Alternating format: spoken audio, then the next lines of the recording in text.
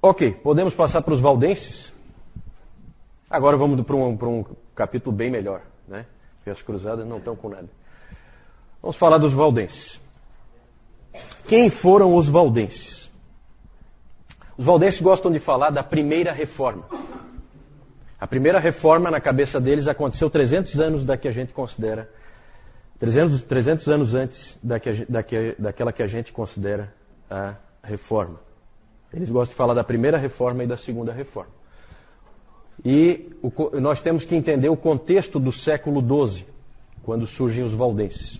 O contexto, evidentemente, é o das cruzadas, é um contexto de turbulência na igreja, cruzadas, tentativas de reforma moral da igreja, como a reforma gregoriana, porque a igreja ia mal, estava mal, inclusive em termos morais. Depois, no Concílio de Latrão, teve que, inclusive, ser baixada uma ordem para que todos os clérigos utilizassem roupas diferentes das demais pessoas, né? Por quê? Para identificá-los quando eles iam no prostíbulo, quando eles iam na jogatina, nesse tipo de coisa. Então, para que minimizasse isso, então eles tinham que se vestir diferente o tempo inteiro das outras pessoas por ordem do Concílio de Latrão, porque não tinha como controlar a imoralidade que tinha dentro da igreja. Então, um momento bastante ruim. A igreja também estava lidando com heresias. A principal, sempre que se fala nesse período, é a heresia dos cátaros, também conhecidos como albigenses. No sul da França apareceram esses hereges aí. Era uma heresia bem gnóstica, estilo gnóstico, com o maniqueísmo. O que é o maniqueísmo? Dois deuses, né? Deus bom e Deus mau. Então, tudo aquilo bem típico dos gnósticos. Apareceu essa heresia, essa seita no sul da França. Inclusive, essa seita foi feita uma cruzada contra ela. Certo? Cruzados foram lá e atacaram o sul da França e mataram simplesmente todo mundo, como os cruzados gostam de fazer, né?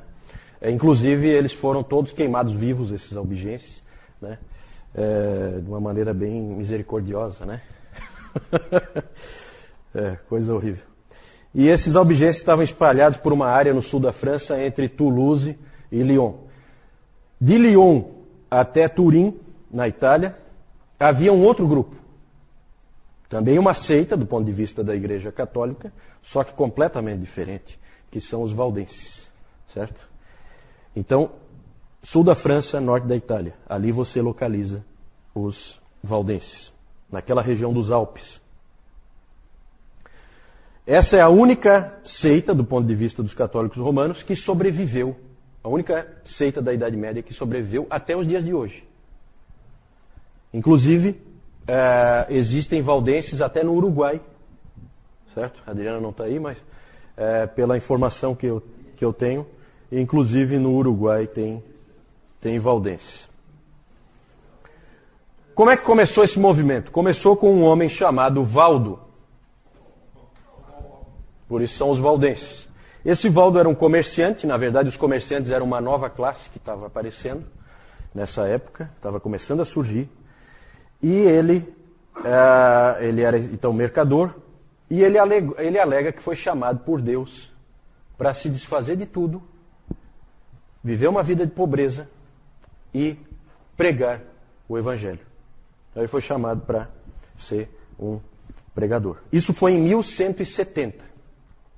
Século XII, 1170, 10 anos antes do nascimento de São Francisco, só para a gente se localizar. Ele começou a pregar utilizando partes memorizadas das Escrituras, que ele memorizava, e aí ele já traduzia para a linguagem do povo. Então ele pregava com essas Escrituras memorizadas e também com textos de pais da igreja memorizados, principalmente Agostinho. Ele tinha muita coisa memorizada e ele pregava para as pessoas. As pessoas começaram a ouvi-lo e muitos começaram a segui-lo. Eles foram chamados, então, no início, hoje a gente conhece como valdenses, mas no início eles foram chamados de homens pobres de Lyon. Homens pobres de Lyon. Conforme o movimento crescia, eles fizeram o que todo movimento fazia quando crescia. Foram pedir autorização do Papa para serem uma ordem dentro da igreja, para poderem trabalhar como um movimento dentro da igreja.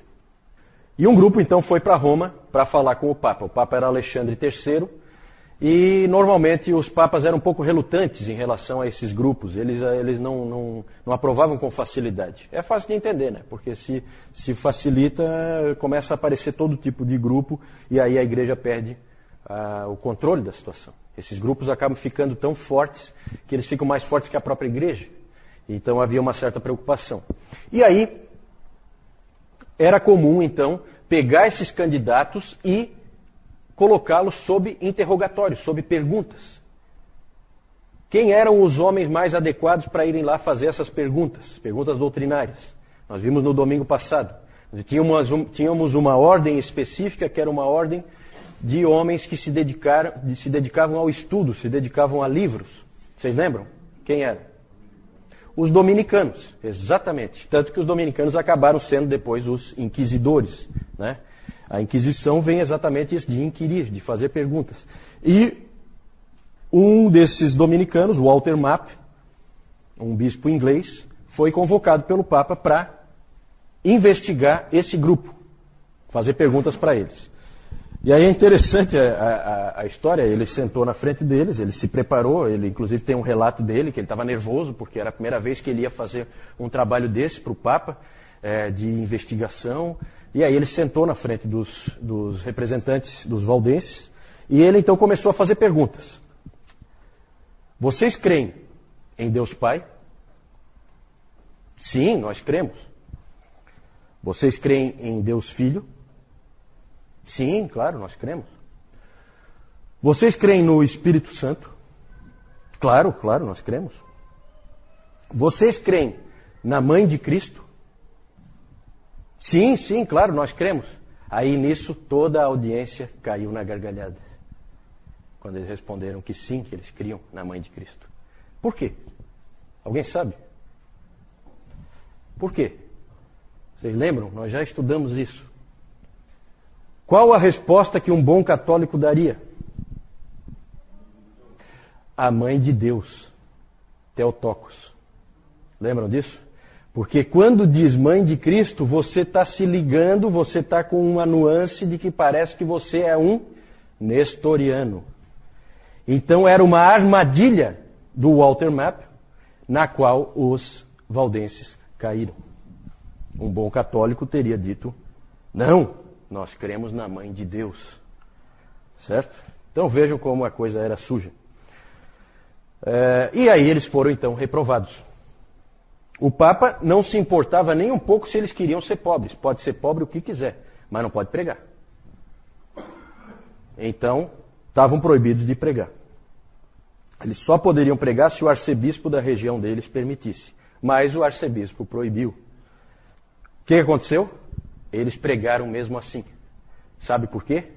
Porque o Valdo chegou, reuniu o povo dele e disse, gente, importa mais obedecer a Deus do que aos homens. Onde é que está isso? Quem é que falou isso? Pela primeira vez?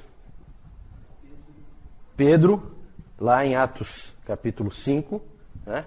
Pedro faz essa afirmação e por isso é que o Valdo começou a ser chamado dali para frente de Pedro Valdo, porque o nome dele não era Pedro. É mais ou menos como o Francisco, que nunca se chamou Francisco, né? Então essas coisas malucas. Então Pedro Valdo, ele passou a ser Pedro porque ele usou essa afirmação do Pedro. E aí eles continuaram então pregando mesmo contra a ordem da igreja. E eles pregavam mesmo, tá? Esse é um grupo de pregadores, esses valdenses. O arcebispo então expulsou todos eles. Que erro, né? No que ele expulsou todos eles, eles se espalharam pela Europa. Primeiro estavam todos juntos, aí eles se espalharam. Então, na verdade, foi aquele típico erro estratégico. Ele expulsou todo mundo de Lyon, e aí eles se espalharam pela Europa, pregando como sempre. Bem no início, eles não formaram uma igreja separada. Eles batizavam os filhos na igreja católica, normalmente. Eles participavam da comunhão uma vez por ano, como era a prática naquele tempo, né? Uma vez por ano, né? Tinha ceia, né? Então eles participavam, né, desses rituais da Igreja Católica, mas eles se reuniam separadamente para estudo bíblico.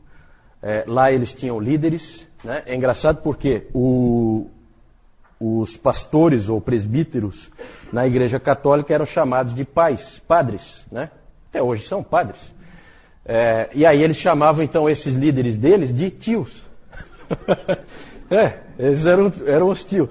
Né? Eram líderes leigos, que eram então líderes dos valdenses. Então eles tinham esses pequenos grupos que se reuniam nas casas, e aí eles foram duramente perseguidos pela igreja, porque apesar deles não terem formado uma outra igreja, eles eram considerados uma igreja dentro da igreja, uma eclesiola em eclésia. Então eles foram perseguidos. A Igreja Católica fez de tudo para exterminá-los, mas eles se escondiam nos Alpes, no norte da Itália, e no sul da França. Eles se escondiam, eram difíceis de caçar. O que esses indivíduos criam? Primeiro aspecto é a pobreza. Eles valorizavam a pobreza. O Pedro Valdo disse o seguinte: nós decidimos viver pelas palavras do Evangelho, essencialmente as do Sermão do Monte e dos Mandamentos. Isso significa viver em pobreza, sem preocupação com o dia de amanhã. Mas nós também cremos que aqueles que permanecem no mundo fazendo o bem serão salvos. Então eles colocavam aquilo como uma coisa que eles seguiam, porque eles achavam que para eles era bom, mas não colocavam como, nós estamos sendo salvos por isso. Não. Tá? Tinham o Sermão do Monte como o guia de suas vidas. Isso é a coisa mais marcante dos valdenses. O Sermão do Monte era o guia da vida deles. Eles viviam de acordo com aquilo. Isso fazia com que eles buscassem então a pobreza, eles achavam que isso indicava que eles tinham que ser pobres. Fazia com que eles se opusessem completamente a qualquer forma de violência. E também eles achavam que o Sermão do Monte proibia juramentos, então eles não juravam também. Certo? Em situação alguma. Interessante é uma história, né, de que um homem foi trazido diante do bispo, acusado de ser valdense. Sentou ali, o bispo já com a cara de poucos amigos, e ele é acusado de ser valdense. E aí ele negava com todas as forças, dizendo que ele não era valdense. E aí ele disse o seguinte: todo mundo aqui sabe que eu não sou. Porque eu falo palavrões, minto e bebo, como todo bom católico.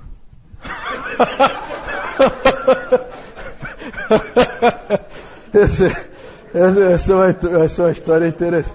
Uma história interessante. Eu acho que ele escapou. Não sei se complicou ou não sei se piorou a situação, mas acho que ele escapou. Os valdenses tinham um apreço enorme pela palavra de Deus. Para eles, a palavra de Deus era a regra de fé e prática.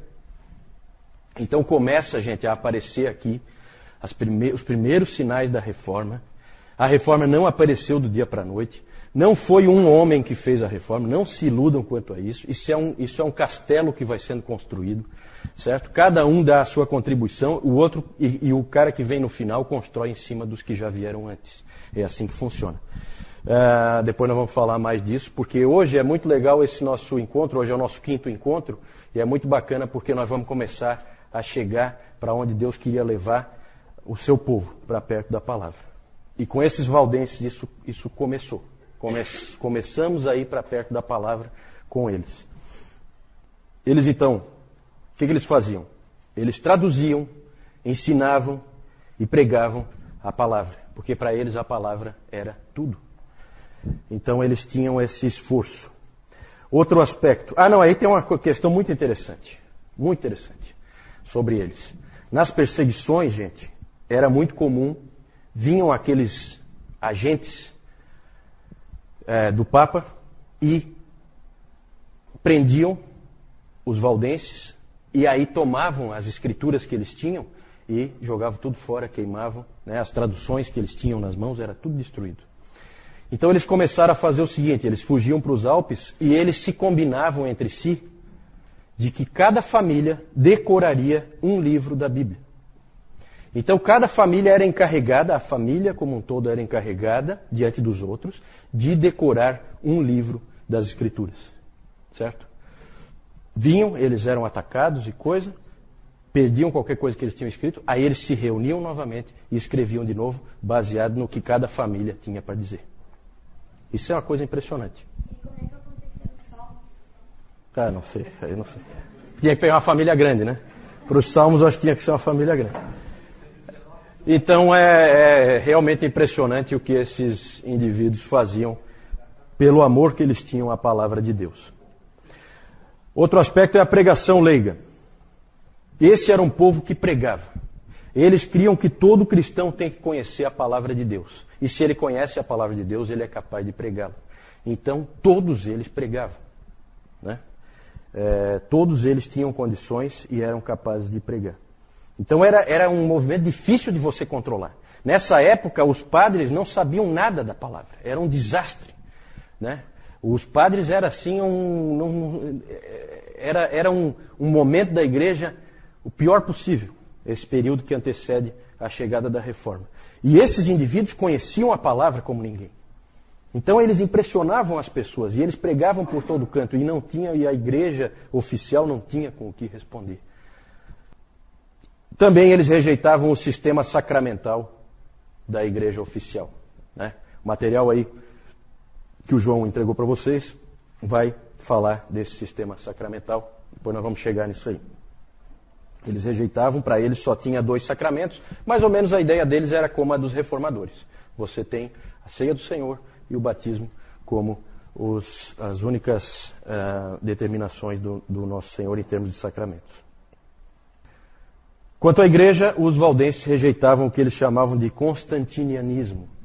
Constantinianismo. Eles diziam que a igreja oficial é a cara do Constantino. Não tem nada a ver com o Novo Testamento, né? Dentro daquela ideia de que a igreja romana nada mais é do que um fantasma do Império Romano, né?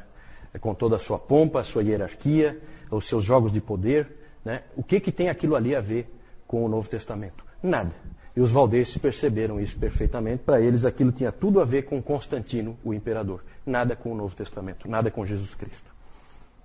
Quando chegou a reforma, gente, para encerrar essa parte dos valdenses, quando chegou a reforma, os reformadores de Genebra, Calvino e companhia, uma equipe foi lá falar com os valdenses lá no norte da Itália. Foram procurar eles. Inclusive o Guilherme Farrell, depois nós vamos ver quem é ele, alguns sabem, o Guilherme Farrell foi lá, junto com uma comitiva, conversar com eles, e ali então os valdenses se integraram à reforma. Segunda reforma, do ponto de vista deles, né? Então esses aí são precursores da reforma. Aí nós temos a estátua do Pedro Valdo. Depois eu vou falar dessa estátua aí, porque ali vocês veem que tem uma outra estátua, né? Depois eu vou falar onde é que é isso aí, certo? Vou falar mais para frente. Alguma dúvida ali em relação aos valdenses? Claro que aqui a gente passa bem rápido, né? Mas aqui, gente, começam alguns elementos. É claro que vai ter que vir mais coisa, é claro que vai ter que vir justificação pela fé somente, mas algumas coisas já começam a aparecer. Palavra de Deus como única regra de fé e prática, né? Tudo isso aí é novo, tudo isso aí não existia, né, ao redor das pessoas.